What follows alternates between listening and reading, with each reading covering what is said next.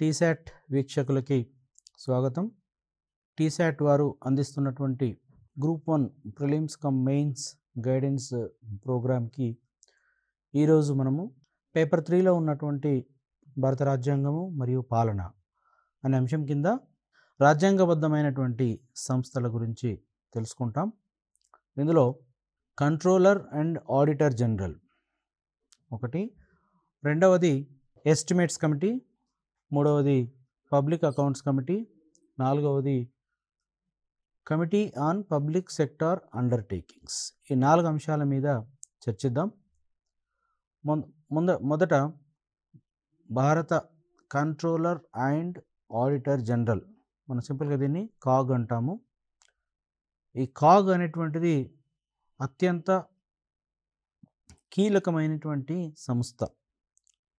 దీన్ని భారత రాజ్యాంగ నిర్మాత అయినటువంటి డాక్టర్ బి అంబేద్కర్ అత్యంత ముఖ్యమైన పదవిగా భారత ఖజానాను సంరక్షించే వ్యక్తిగా కాగ్ని అభివర్ణించారు. దీన్ని బట్టి ఈ కంట్రోలర్ అండ్ ఆడిటర్ జనరల్ యొక్క పదవి అనేటువంటిది ఎంత కీలకమైనటువంటి పదవో మనకు అర్థమవుతుంది. ఈ కాగ్ భారత రాజ్యాంగంలో 5వ భాగంలో ఉంటుంది దీని యొక్క ప్రస్తావన. ఇందులో ప్రకరణ 148 నుండి 151 వరకు ఈ కాగ్ సంబంధించినటువంటి అంశాలని ప్రస్తావించారు. సో రాజ్యాంగం ప్రకారంగా ఈ కాగ్ అనేటువంటిది రాజ్యాంగపదమైనటువంటి పదవిని రాజ్యాంగబద్ధంగానే ఏర్పాటు చేశారు. రాజ్యాంగ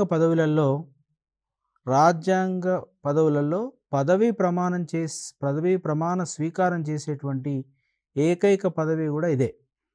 అంటే కాగ్ అనేటువంటిది మిగతా రాజ్యాంగబద్ధమైనటువంటి పదవులు UPSC and finance commission chairman ఇటువంటివి ఏవైతే ఉన్నాయో అన్నింటినీ యొక్క పదవి యొక్క చైర్మన్ ఎవరైతే ఉన్నారో వాళ్ళు పదవీ ప్రమాణ స్వీకారం చేయరు. ఓన్లీ ఈ కాగ్ మాత్రమే, దాని యొక్క చైర్మన్ మాత్రమే పదవీ ప్రమాణం చేస్తారు. ఆర్టికల్ 148(1) ప్రకారంగా రాష్ట్రపతి తన రాజముద్ర చేత స్వయంగా సంతకం చేసినటువంటి ఆదేశము ద్వారా, దీన్నే by a warrant and under his seal అంటారు. దీని ద్వారా రాష్ట్రపతి నియామకం చేపడతారు. రాష్ట్రపతి పదవీ ప్రమాణ స్వీకారం చేయిస్తారు. ఇది ప్రకరణ 148(2) ప్రకారంగా. ఈ కాగ్ యొక్క పదవీ కాలం 6 సంవత్సరాలు ఉంటుంది. పదవి విరమణ వయసు 65. అంటే రెండిట్లో ఏది ముందు 6 సంవత్సరాలు అయిపోతే 65 సంవత్సరాలు రాకముందు ఉన్నా కూడా, అంటే 60 సంవత్సరాలు ఉన్నా కూడా దాన్ని పదవి విరమణ చేస్తారు. ఒకవేళ 65 సంవత్సరాలు దాటినట్టయితే మధ్యలోనే పదవి విరమణ చేస్తారు. ఏది ముందైతే దాని ప్రకారంగా ఈ పదవీ కాలం అనేటువంటిది నిర్ణయం జరుగుతుంది. ఈ పదవీ విరమణ తర్వాత కాగ్ కంట్రోల్ ఆడిటర్ జనరల్ ఎవరైతే ఉన్నారో ఏ ఇతర ప్రభుత్వ నియామకాలకు అర్హుడు కాడు. సో ఇవి కీలకమైనటువంటి అంశాలు. మనకు మల్టిపుల్ చాయిస్లలో కాగ్ యొక్క పదవీ కాలం ఎంత, అదేవిధంగా కాగ్ యొక్క పదవీ విరమణ వయసు ఎంత, లేకపోతే కాగ్ పదవి విరమణ చేసిన తర్వాత ఇతర ప్రభుత్వ నియామకాలకు అర్హుడు అవుతారా కాదా అనేటువంటి అంశాన్ని మనకు ప్రిలిమ్స్లో అడుగుతారు. అదేవిధంగా దాని యొక్క ఆర్టికల్స్ ఏంటి అనేటువంటిది కూడా అడగవచ్చు. మరి కాగ్ని ఏ విధంగా తొలగిస్తారు? అత్యంత కీలకమైనటువంటి ఈ పదవిలో ఉన్న వ్యక్తిని ఏ విధంగా మనం తొలగిస్తాం? ఈ తొలగించేటువంటి ప్రక్రియ కూడా మనకు రాజ్యాంగబద్ధమైనటువంటి పదవులలో ఉన్నటువంటి వాళ్ళను తొలగించేటువంటి చాలా క్లిష్టమైనటువంటి ప్రక్రియలోనే తొలగిస్తారు. ఆర్టికల్ 148 ప్రకారంగా కాగ్ని సుప్రీంకోర్టు జడ్జీలను ఏ విధంగా అయితే తొలగిస్తారో ఆ పద్ధతిలోనే ఈ కాగ్ని కూడా తొలగిస్తారు. అంటే దాని యొక్క కాగ్ పదవి యొక్క ఇంపార్టెన్స్, అంటే ఆ హోదాకు, అదేవిధంగా వారి యొక్క రాజ్యాంగబద్ధమైనటువంటి పదవిలో ఉన్న వాళ్ళకి మరి ఎంత క్లిష్టమైన పరిస్థితులలో తొలగిస్తారో అనేటువంటి అంశం మనకు బోధపడుతుంది. అవినీతి, అసమర్థత అనేటువంటి కారణాలపైన పార్లమెంటు ఉభయ సభలు ప్రత్యేక మెజారిటీతో వేరువేరుగా తీర్మానం చేస్తే ఆ తీర్మానం మేరకు రాష్ట్రపతి కాగ్ను తొలగిస్తారు. ఒక్కసారి చూడండి మళ్ళీ. ఉభయ సభలు ప్రత్యేక మెజారిటీతో వేరువేరుగా తీర్మానాలు చేస్తే అవినీతి, అసమర్థత అనేటువంటి కారణాలపైన వారిని రాష్ట్రపతి మాత్రమే తొలగిస్తారు. అదేవిధంగా కాగ్ యొక్క జీతభత్యాల గురించి 2వ షెడ్యూల్లో ప్రస్తావించారు. ఇది పార్లమెంట్ ఒక చట్టం ద్వారా నిర్ణయిస్తుంది. వారి జీతభత్యాలు ఎంత ఉండాలి అనేటువంటిది చట్టం ద్వారా నిర్ణయిస్తుంది. అదేవిధంగా మిగతా అన్ని రాజ్యాంగ పదవుల యొక్క జీతభత్యాలలాగానే వీరిది కూడా కేంద్ర సంఘటిత నిధి నుండి వీరికి జీతభత్యాలు చెల్లిస్తారు. సుప్రీంకోర్టు సాధారణ న్యాయమూర్తి జీతభత్యాలతో సమానంగా వీరి యొక్క జీతభత్యాలు ఉంటాయి. ఉదాహరణకు కాగ్ యొక్క నెలసరి జీతం 2,50,000 రూపాయలు ఉంది ప్రస్తుతానికి. అంటే మిగతా వారికి కూడా అంతే ఉంటుందన్నమాట. ఈ అధికార విధులను చూసినట్టయితే ప్రకరణ 149 ప్రకారంగా పార్లమెంటు నిర్ణయించినటువంటి అధికార విధులను కాగ్ నిర్వహిస్తారు. అంటే నియామకము, దాని యొక్క విధి విధానాలు అన్నీ కూడా మనకు రాజ్యాంగంలో పొందుపరిచినప్పటికీ మరి ఏ రకమైనటువంటి విధులను కాగ్ నిర్వహించాలి అనేటువంటిది పార్లమెంటు విధి విధానాలను రూపొందిస్తుంది. 1971లో ఈ చట్టాన్ని రూపొందించి మళ్ళీ 1976లో సవరించారు. కేంద్ర సంఘటిత నిధి, రాష్ట్ర సంఘటిత నిధి, కేంద్ర అగంతక నిధి, రాష్ట్ర సంఘటిత నిధి, రాష్ట్ర పబ్లిక్ నిధి, అలాగే శాసనసభ కలిగిన కేంద్రపాలిత ప్రాంతాల అకౌంట్లు కూడా ఇస్తారు. కాగ్ పరిధిలోకి అంటే వాళ్ళ యొక్క అకౌంట్స్ చూడడానికి ఈ కాగ్కి సెంట్రల్ ఫండ్, స్టేట్ ఫండ్, అదేవిధంగా రాష్ట్ర అసెంబ్లీ ఉన్నటువంటి కేంద్రపాలిత ప్రాంతాలు ఉంటాయి కదా, వాటి యొక్క అకౌంట్లు కూడా ఈ కాగ్ పరిధిలోకి వస్తాయి. అంటే ఇవన్నీ కూడా వాటిని పరిశీలిస్తాయి. ఈ కాగ్ పరిశీలించిన తర్వాత, అంటే ఈ నిధులన్నింటినీ పరిశీలించిన తర్వాత 3 రకాలైనటువంటి నివేదికలను తయారు చేస్తుంది. ఒకటి ఆర్థిక అంశాలపైన నివేదిక, audit report and finance accounts. పద్దులపైన అంటే రాష్ట్ర పబ్లిక్ అండర్టేకింగ్స్ ఉంటాయి, ఆ పబ్లిక్ అండర్టేకింగ్స్ యొక్క పద్దులపైన కూడా నివేదిక ఇస్తుంది. కేంద్ర అకౌంట్లకు సంబంధించిన ప్రకరణ 151 ప్రకారంగా ఈ నివేదికను రాష్ట్రపతికి, అలాగే రాష్ట్ర అకౌంట్లకు సంబంధించి గవర్నర్కు, సెంట్రల్ అయితేనేమో రాష్ట్రపతికి ఇస్తారు, స్టేట్ ఫండ్కు సంబంధించిన అయితేనేమో గవర్నర్కి సమర్పిస్తారు. వీటిని అయితే రాష్ట్రపతి వచ్చి పార్లమెంట్ ముందు ఉంచుతారు, గవర్నర్ అయితే అసెంబ్లీలో ప్రవేశపెడతారు. ఆ తర్వాత వీటిని పబ్లిక్ అకౌంట్స్ కమిటీ పరిశీలిస్తుంది. సో ఈ కాగ్లో ఉన్నటువంటి అంటే ముఖ్యమైనటువంటి ఏ అంశాలు పరిశీలిస్తుంది అనేటువంటిది, ఏ రిపోర్ట్ ఇచ్చింది అనేటువంటిది ఇందాక మనం చెప్పుకున్నట్టుగా పబ్లిక్ అకౌంట్స్ కమిటీ ఏదైతే ఉంటుందో ఆ పబ్లిక్ అకౌంట్స్ కమిటీ గురించి మనము ఒకసారి చూస్తే ఇది అత్యంత కీలకమైనటువంటి కమిటీ. ఎందుకంటే కాగ్ అనేటువంటిది ఎట్లయితే మనం ఒక అత్యున్నతమైనటువంటి ఒక ప్రభుత్వ యొక్క ఖజానా నుంచి ఖర్చు అయ్యేటువంటి ప్రతి ఖర్చుకి ఏ విధంగా అయితే అది ఆడిట్ చేస్తుందో, మరి వాటన్నిటిని ఆడిట్ చేసి ఇచ్చినటువంటి రిపోర్ట్ని మనకు స్టడీ చేసి చేయడానికి ప్రభుత్వ ఖాతాల కమిటీ అనేటువంటిది ఒకటి నియామకం జరుగుతుంది. దీన్ని పబ్లిక్ అకౌంట్స్ కమిటీ అని ఇంగ్లీష్లో అంటారు. ఇది 1921లోనే ఏర్పాటు చేశారు. పబ్లిక్ అకౌంట్స్ కమిటీ అనేటువంటిది 1921లో మన స్వతంత్రం రాకముందే ఇది ఏర్పాటు చేయడం జరిగింది. ఇది పార్లమెంటరీ సంయుక్త కమిటీ. అంటే ఇక్కడ మనకు లోక్సభ, రాజ్యసభకు సంబంధించిన మెంబర్స్ కూడా ఉంటారు. ఇందులో మొత్తం 22 మంది ఉంటారు. 15 మంది లోక్సభ నుంచి ఉంటే 7 రాజ్యసభ నుంచి ఉంటారు. మొత్తం 22 మందిలో 15 మంది లోక్సభ నుంచి, 7 రాజ్యసభ నుంచి ఉంటారు. అంటే మనకు ప్రిలిమ్స్ పాయింట్ ఆఫ్ వ్యూలో అడిగినప్పుడు పబ్లిక్ అకౌంట్స్ కమిటీలో ఉన్నటువంటి మెంబర్స్ యొక్క సంఖ్య అడుగుతూ మళ్ళీ అందులో లోక్సభ నుంచి ఎంతమంది ఉంటారు, రాజ్యసభ నుంచి ఎంతమంది ఉంటారు అనేటువంటి అంశాన్ని మనకు అడగవచ్చు. సంవత్సర కాలానికి వీళ్ళు ఎన్నిక అవుతారు. అంటే ఎవ్రీ ఇయర్కి వీళ్ళు ఈ కమిటీ అనేటువంటిది ఉంటుంది. అయితే ఒక్కోసారి ఇది పబ్లిక్ అకౌంట్స్ కమిటీ అనేటువంటి 2 ఇయర్స్ వరకు కూడా కొనసాగుతుంది.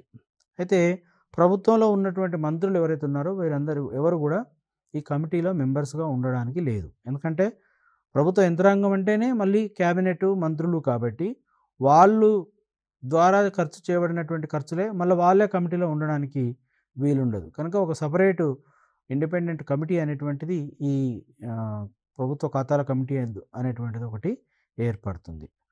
ఈ కమిటీ చైర్మన్ని లోక్సభ స్పీకర్ నియమిస్తారు. ఈ పబ్లిక్ అకౌంట్స్ కమిటీ చైర్మన్ని లోక్సభ స్పీకర్ నియమిస్తే 1967 నుంచి లోక్సభలో ప్రతిపక్ష పార్టీకి చెందిన ఒక సభ్యుడిని చైర్మన్గా నియమిస్తున్నారు. అంటే ఇది మనకు విధి విధానాలలో రాసి లేకపోయినప్పటికీ కూడా మన ఒక సంప్రదాయంగా ఈ పబ్లిక్ అకౌంట్స్ కమిటీ చైర్మన్ని ప్రతిపక్షానికి పార్టీకి సంబంధించినటువంటి సభ్యున్నే పిఏసి చైర్మన్గా వేస్తారు. ఎందుకంటే మరి ప్రభుత్వం ఖర్చు పెట్టినటువంటిది ఆ పార్టీ వాళ్ళకు సంబంధించినటువంటి ప్రజాప్రతినిధులే, ఎన్నికైనటువంటి ప్రజాప్రతినిధులే పరిశీలించే బదులు ఆపోజిషన్ పార్టీ వాళ్ళు ఈ అంటే ఈ లెక్కల్ని వాళ్ళు పరిశీలించినట్టయితే బాగుంటుందన్న ఉద్దేశంతో ఈ పబ్లిక్ అకౌంట్స్ కమిటీ యొక్క చైర్మన్ని ప్రతిపక్షం నుంచే తీసుకుంటున్నారు. అదొక సాంప్రదాయంగా మనము ఫాలో అవుతున్నాం. ఈ పబ్లిక్ అకౌంట్స్ కమిటీ యొక్క విధులేంటి? ఇందాక చెప్పుకున్నట్టు కంట్రోలర్ అండ్ ఆడిటర్ జనరల్ యొక్క నివేదికల ఆధారంగా చేసుకొని కొన్ని అంశాలని ఇది పరిశీలిస్తుంది. పబ్లిక్ అకౌంట్స్ కమిటీ ఖాతాలలో చూపిన విధంగా చట్టబద్ధంగా ఉద్దేశించబడినటువంటి అంశాల కొరకు ఖర్చు పెట్టారా లేదా అని పరిశీలిస్తారు. మొట్టమొదటిగా మనకు బడ్జెట్ ఉంటుంది కదా, ఆ బడ్జెట్లో చూపిన విధంగా చట్టబద్ధంగా ఏదైతే ఉద్దేశిస్తారో, అంటే ఒక ఖర్చు అనేటువంటి దానికి ప్రభుత్వానికి బడ్జెట్ ప్రవేశపెడుతుంది. ఆ ఆమోదించినటువంటి బడ్జెట్లో ఏ హెడ్ కింద అంత ఖర్చు పెట్టాలనేటువంటిది ఉంటుంది కదా, ఆ అంశం ప్రకారంగానే వీళ్ళు ఖర్చు పెట్టారా లేదా అన్నది ముఖ్యంగా దేనికోసమైతే కేటాయించారో ఆ డబ్బు దానికోసమే కేటాయించారా లేదా అనేటువంటి అంశాన్ని ముందు పరిశీలిస్తారు. పార్లమెంటు ఆమోదించినటువంటి బిల్లును అనుసరించి ప్రభుత్వ వ్యయం ఉన్నదో లేదో సమీక్షిస్తారు.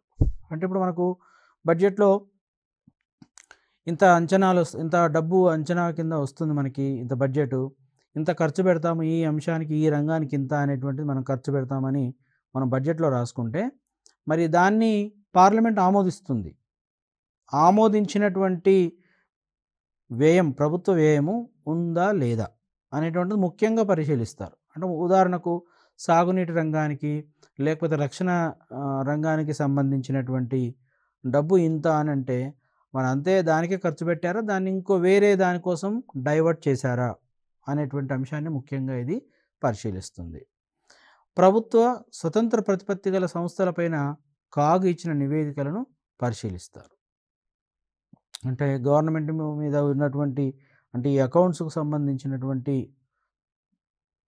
అంశాలపైన ఈ కాగ్ ఇచ్చినటువంటి రిపోర్ట్ ఏదైతే ఉంటుందో ఆ రిపోర్ట్ని ఇది పబ్లిక్ అకౌంట్స్ కమిటీ అనేటువంటిది పరిశీలిస్తుంది.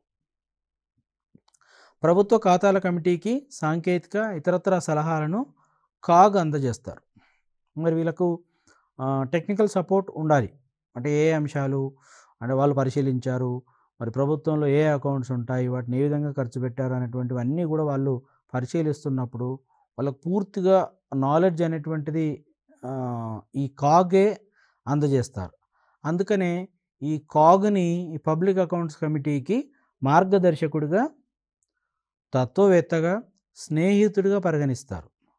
ఫిలాసఫర్, గైడ్ అండ్ ఫ్రెండ్గా వ్యవహరిస్తారు. ఎందుకంటే వాళ్ళు తయారు చేసిన రిపోర్ట్లో ఏ అంశాలు వాళ్ళు వెలుగులోకి తీసుకొచ్చారు, మరి ఆ అంశాలకు సంబంధించినటువంటి ఇంకా ఇతరత్ర అంశాలన్నీ కూడా వాళ్ళు కమిటీ దాన్ని చూస్తున్నప్పుడు ఈ కాగు వచ్చి మరి వాళ్ళకు గైడ్ చేస్తుంది.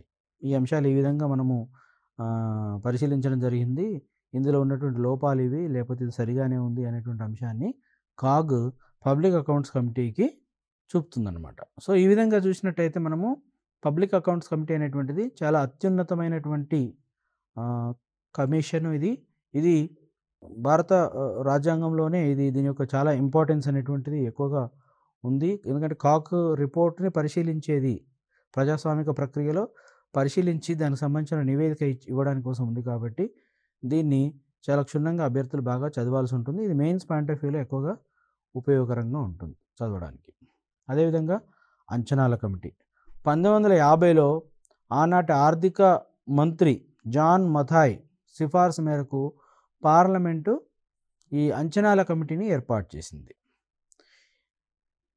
పిఏసీలో మనకు 22 మంది ఉంటే ఇందులో 30 మంది ఉంటారు. అంటే ఒక్కోసారి PAC, estimates committee, public accounts కమిటీకి కంపారిజన్ కూడా చూడాలి. అందులో మనకు 22 మంది ఉంటే ఇందులో 30 మంది సభ్యులు ఉంటారు. ఈ కమిటీకి చైర్మన్ను స్పీకర్ నియమిస్తారు. 1 సంవత్సర కాలానికి లోక్సభ నుండి మాత్రమే ఎన్నికవుతారు. 3 సంవత్సరాల వరకు కొనసాగుతారు. అంటే 1/3 వంతు ఎప్పటికీ పదవీ విరమణ చేస్తూనే ఉంటారు. సో మనం నియామకానికి సంబంధించి చూసినట్టయితే పబ్లిక్ అకౌంట్స్ కమిటీకి, అంచనాల కమిటీకి మధ్య కంపారిజన్ చూడొచ్చు. ఇది 30 మంది ఉంటే పబ్లిక్ అకౌంట్స్ కమిటీలో 22 మంది ఉంటారు. ఈ కమిటీకి చైర్మన్, స్పీకర్ నియమిస్తారు. అదేవిధంగా ఇది నియమిత కాలం ఎంతైతే ఉంటుందో అది దానికి దీనికి కంపారిజన్ అనేటువంటిది మనము చూసుకోవాలి. దీని యొక్క ప్రధానమైనటువంటి విధులు ఏంటంటే ప్రభుత్వ అంచనాలను దృష్టిలో పెట్టుకొని పొదుపును పాటించాలి, ప్రత్యామ్నాయ విధానాలను సూచించడం. అంటే ప్రభుత్వము తను అమలు చేయబడేటువంటి పాలసీలు, తర్వాత ఏదైతే ఖర్చు ఉంటుందో దానికి ఎక్స్పెక్ట్ చేసినటువంటి బడ్జెట్ ఏదైతే ఉంటుందో ఆ బడ్జెట్ని దృష్టిలో పెట్టుకొని ఎట్లా సేవింగ్స్ ఉండాలి, ఎక్కడ వృధా ఖర్చును అరికట్టాలి అనే అంశాన్ని దృష్టిలో పెట్టుకొని ఈ కమిటీ పనిచేస్తుంది. దాంతోపాటు ప్రత్యామ్నాయ మార్గాల్ని, ఇది విధానాలని సూచిస్తుంది, సలహాలు ఇస్తుంది, వ్యవస్థల్ని అభివృద్ధి పరుస్తుంది. అంటే ప్రభుత్వంలో ఉన్నటువంటి వ్యవస్థల్ని ఇంకా డెవలప్ అవ్వడానికి దోహదం చేస్తుంది. అదేవిధంగా పాలనా రంగంలో సంస్కరణలను సూచిస్తుంది. అంటే ప్రభుత్వ యంత్రాంగం పనిచేస్తున్నప్పుడు ఏ రకమైనటువంటి రిఫార్మ్స్ తీసుకురావాలి, ఏ విధంగా మనం దీన్ని పటిష్టపరచవచ్చు అనేటువంటి అంశాన్ని పరిశీలించి ఈ ఎస్టిమేట్స్ కమిటీ అనేటువంటిది సూచనలు చేస్తుంది. ఆయా అంచనాల నిధులు ఏ మేరకు ఉన్నాయో లేదో పరిశీలిస్తుంది. అంటే ఒకవేళ ప్రభుత్వం బడ్జెట్లో పొందుపరిచినటువంటి యొక్క ఎస్టిమేట్స్ ఉంటాయి, అంటే ఈ రంగానికి ఇంత అనేటువంటి ఎస్టిమేట్స్ ఉంటాయి, అవి కరెక్ట్ ఉన్నాయా లేదా, అప్రోప్రియేట్గా ఉన్నాయా లేదా అనేటువంటిది కూడా ఈ కమిటీ పరిశీలిస్తుంది. అంచనాలను ఏ రూపంలో పార్లమెంటుకు సమర్పించాలో కూడా సూచిస్తుంది. అంటే ఏ విధంగా దీన్ని ప్రజెంట్ చేయాలి, పార్లమెంట్లో మనం ఆమోదించుకోవాలి అనేటువంటి విషయాన్ని కూడా ఎస్టిమేట్స్ కమిటీ అనేటువంటిది ఉంటుంది. అంచనాల సంఘం తన నివేదికను లోక్సభకు సమర్పిస్తుంది. ప్రస్తుత చైర్మన్గా ఎంఎన్ జోషి గారు ఉన్నారు. సో ఈ నివేదికను లోక్సభకే సమర్పిస్తుంది. కాబట్టి పబ్లిక్ అకౌంట్స్ కమిటీకి, తర్వాత ఈ ఎస్టిమేట్స్ కమిటీకి ఉన్నటువంటి ఆ డిఫరెన్సెస్ మనము దాని యొక్క నియామకం కావచ్చు, తర్వాత సభ్యుల యొక్క సంఖ్య కావచ్చు, అది చేసేటువంటి విధులు కావచ్చు, ఈ రెండింటిని కూడా మనము పోల్చి చదువుకోవాలి, కంపేర్ చేసుకోవాలి. ప్రధానమైనటువంటి విధి పిఏసీది అయితేనేమో కాగ్ రిపోర్ట్ను పరిశీలించడము, అందులో ప్రభుత్వ ఖర్చులలో ఉన్నటువంటి లోపాలను ఎత్తి చూపడము, లేకపోతే ప్రభుత్వం నిర్ణయించినటువంటి ఏ అంశానికైతే బడ్జెట్ కేటాయించిండ్రో మరి ఆ అంశానికి సంబంధించి ఖర్చు జరిగిందా లేదా అనేటువంటిది ప్రధానంగా చూస్తారు. అదే ఎస్టిమేట్స్ కమిటీలో చూసినట్టయితే మరి ప్రభుత్వ అంచనాలను దృష్టిలో పెట్టుకొని పొదుపుని ఏ విధంగా పాటించాలి, ఈ ఖర్చును తగ్గించుకోవడానికి ఇంకా ఏదైనా ప్రత్యామ్నాయ మార్గాలు ఉన్నాయా, దీన్ని ఇంకా ప్రభుత్వ యంత్రాంగాన్ని ఏ విధంగా ఇంకా పటిష్టంగా అభివృద్ధి పరచవచ్చు, సంస్కరణలు ఏ విధంగా తీసుకురావచ్చు అనేటువంటి అంశాలని మనము ఈ ఎస్టిమేట్స్ కమిటీలో చూడొచ్చు. కాబట్టి అభ్యర్థులు ఈ 2 కమిటీలను మనం కంపేర్ చేసి చూడాలి. అందులో ముఖ్యంగా ఈ యొక్క 2 అంశాలు ఏవైతే ఉన్నాయో మెయిన్స్ పాయింట్ ఆఫ్ వ్యూలో రూప ప్రశ్నలకి ఇది చాలా ఉపయోగకరంగా ఉండేటువంటి టాపిక్. ప్రిలిమ్స్లో అయితేనేమో ఎప్పుడు ఏర్పాటు చేశారు, దీనిలో మెంబర్స్ ఎవరు ఉంటారు, ఎంతమంది ఉంటారు, వాళ్ళని ఏ విధంగా అపాయింట్ చేస్తారు అనేటువంటి అంశాలు ఎక్కువగా మనం పరిశీలించాలి. ముఖ్యంగా విధులు సంబంధించి ఈ కమిటీల యొక్క తేడాలు, అంటే ఎవరు ఏ పని చేస్తారు అనేటువంటి దానిలో చాలా క్లారిటీ ఉంటే మనము వ్యాసరూప ప్రశ్నలకు సమాధానం ఇచ్చినప్పుడు ఈజీగా ఉంటుంది. దీంతో పాటు మనకు ప్రభుత్వ రంగ సంస్థలు ఉన్నాయి. ఈ ప్రభుత్వం తరపున పనిచేసేటువంటి, ప్రభుత్వం నుంచి పనిచేసేటువంటి ప్రభుత్వం యొక్క పెట్టుబడులే ప్రధానంగా ఉన్నటువంటి సంస్థలు, ఇదివరకు బిహెచ్ఏల్ అయితేనేమి, ఇదివరకు ఉన్నటువంటి ఈసీఏల్ అయితేనేమి, ఇప్పుడు ఉన్నటువంటి రైల్వేస్ అయితేనేమి, ఇవన్నీ కూడా ప్రభుత్వ రంగ సంస్థల కిందకి వస్తాయి. ఈ ప్రభుత్వ రంగాల సంస్థల మీద కూడా కమిటీ ఉంటుంది. ఇందాక మొత్తం కేంద్ర సంఘటిత నిధికి సంబంధించి కాగ్ ఏదైతే పరిశీలిస్తే ఒక రిపోర్టు ఇస్తుందో, అదేవిధంగా ప్రభుత్వ రంగ సంస్థల మీద కూడా ఒక కమిటీ ఉంటుంది. ఇది 1964లో కృష్ణ మీనన్ కమిటీ సలహా మేరకు ఈ ప్రభుత్వ రంగ సంస్థల కమిటీని ఏర్పాటు చేశారు. 1974 వరకు అయితే ఇందులో 16 మంది సభ్యులు ఉండేవారు. తర్వాత సభ్యుల యొక్క సంఖ్య 22. అంటే ఇందులో 15 మంది లోక్సభ నుండి, 7 రాజ్యసభ నుండి ఎన్నికవుతారు. అంటే కాబట్టి మనకు పబ్లిక్ అకౌంట్స్ కమిటీలో ఉన్న సంఖ్యకు ఈ ప్రభుత్వ రంగ సంస్థల ముందులో ఉన్నటువంటి మెంబర్స్కి సేమ్ ఉంది. 15 + 7 22 మంది. అక్కడ కూడా అంతే. కమిటీ చైర్మన్ను స్పీకర్ నియమిస్తారు. ప్రస్తుతము శాంతకుమార్ చైర్మన్గా వ్యవహరిస్తున్నారు. ఈ ప్రభుత్వ రంగ సంస్థల యొక్క కమిటీ ఏదైతే ఉందో, ఇది ప్రభుత్వ సంస్థల యొక్క నివేదికలను, ఖాతాలను పరిశీలిస్తుంది. అంటే వీటి మీద ఉన్నటువంటి ఆడిట్ రిపోర్ట్స్ ఏవైతే ఉన్నాయో, ఆడిట్ రిపోర్ట్స్ని, వాటి యొక్క అకౌంట్స్ని పరిశీలిస్తుంది. అంటే ఉదాహరణకి రైల్వేస్ ఉంది, లేకపోతే గెయిల్ ఉంది, లేకపోతే బిహెచ్ఎల్, ఇటువంటి అన్ని పబ్లిక్ సెక్టర్ అండర్టేకింగ్స్ ఏవైతే ఉన్నాయో వాటి యొక్క రిపోర్ట్స్ ఉంటాయి, ఆడిట్ రిపోర్ట్స్ని పరిశీలిస్తాయి. అదేవిధంగా వీటిని కూడా కాగ్ వాళ్ళ అకౌంట్స్ కూడా పరిశీలన చేస్తారు. సో వాళ్ళు ఇచ్చినటువంటి నివేదిక ఏదైతే ఉంటుందో, కాగ్ ఇచ్చినటువంటి నివేదికను కూడా ఈ కమిటీ ఆన్ పబ్లిక్ అండర్టేకింగ్స్ పరిశీలిస్తుంది. అదేవిధంగా ఈ ప్రభుత్వ రంగ సంస్థలు అనేటువంటి తమ కార్యకలాపాలను సమర్థవంతంగా నిర్వహిస్తున్నాయా లేదా పరిశీలిస్తారు. ఇటు ఒక ఎఫిషియెంట్గా పనిచేస్తున్నాయా లేదా. అంటే ప్రభుత్వం తరపున పనిచేస్తున్నటువంటి సంస్థలు కాబట్టి ప్రతిదానికి కూడా అకౌంటబిలిటీ, జవాబుదారీతనం అనేటువంటిది ఉంటుంది. ప్రతి పైసకి కూడా దానికి జవాబుదారీతనం అనేటువంటిది ఉండి మరి అవి ఏ విధంగా పనిచేస్తున్నాయి అనేటువంటి విషయాన్ని ఈ కమిటీ ఆన్ పబ్లిక్ అండర్టేకింగ్స్ అనేటువంటిది పరిశీలిస్తుంది. ప్రభుత్వ రంగ సంస్థలకు సంబంధించి ఇతర విధులను నిర్ణయించుట, అంటే ప్రభుత్వ రంగ సంస్థలు ఏవైతే ఉన్నాయో అవి ఏ విధంగా పనిచేస్తున్నాయి అనేటువంటి అంశాలని కూడా ఇది పరిశీలనలో తీసుకొని, ఇంకా ఏ రకమైనటువంటి కార్యకలాపాలు చేసినట్టయితే బాగుంటుంది అనేటువంటి అంశాన్ని కూడా ఈ కమిటీ ఆన్ పబ్లిక్ అండర్టేకింగ్స్ అనేటువంటిది పరిశీలించి వారికి సలహాలు అనేటువంటిది ఇస్తుంది. సో ఈ విధంగా మనం ప్రధానంగా ప్రభుత్వానికి సంబంధించినటువంటి ప్రధానమైనటువంటి కమిటీ సంస్థ ఏదైతే ఉందో అది కాగ్.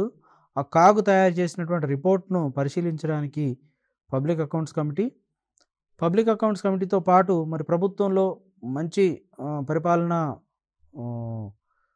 రావాలి, అదేవిధంగా అంచనాలు అనేటువంటివి వ్యయానికి మించి ఉండకూడదు, అదేవిధంగా మరి పొదుపు ఎట్లా పాటించాలి అనేటువంటి దాని మీద ఎస్టిమేట్స్ కమిటీ, అదేవిధంగా ప్రభుత్వ అధ్యయనంలో పనిచేస్తున్నటువంటి ప్రభుత్వ రంగ సంస్థలు ఏవైతే ఉన్నాయో వాటి మీద కూడా ప్రత్యేకమైనటువంటి కమిటీ.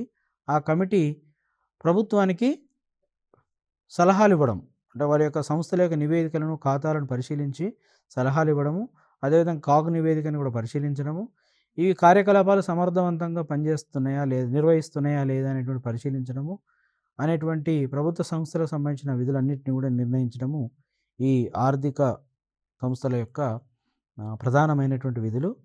ఇది ఈ 4 అంశాలు ఏవైతే ఉన్నాయో ఈ 4 అంశాలు ఎక్కువగా వ్యాసరూప ప్రశ్నలకు ఎక్కువగా స్కోప్ ఉంటుంది ఇందులో. అంటే వీటి యొక్క విధి విధానాలు మనం పరిశీలించినట్టయితే మరి చాలా కీలకమైనటువంటి ప్రభుత్వ యంత్రాంగంలో పాలనకు సంబంధించి కీలకమైనటువంటి అంశాలు ఇవి. వీటిని కంపేర్ చేసి కూడా క్షుణ్ణంగా చదువుకోవాలి. తర్వాత ఒక్కొక్కటి కూడా అంటే ముఖ్యంగా కాగ్ అనేటువంటిది చాలా ఇంపార్టెంట్. అదేవిధంగా పబ్లిక్ అకౌంట్స్ కమిటీ అనేటువంటిది కూడా చాలా ఇంపార్టెంట్. వాటి యొక్క విధి విధానాలు, తర్వాత ఒకవేళ మనకు ఇంటర్నెట్ సోర్స్ ద్వారా కానీ ప్రభుత్వం యొక్క నివేదికలలో ఈ కాగు వెల్లడించినటువంటి విషయాలు ఏవైతే ఉన్నాయో ఆ కాగు వెల్లడించినటువంటి విషయాలలో కీ పాయింట్స్ మనం తీసుకోవాలి.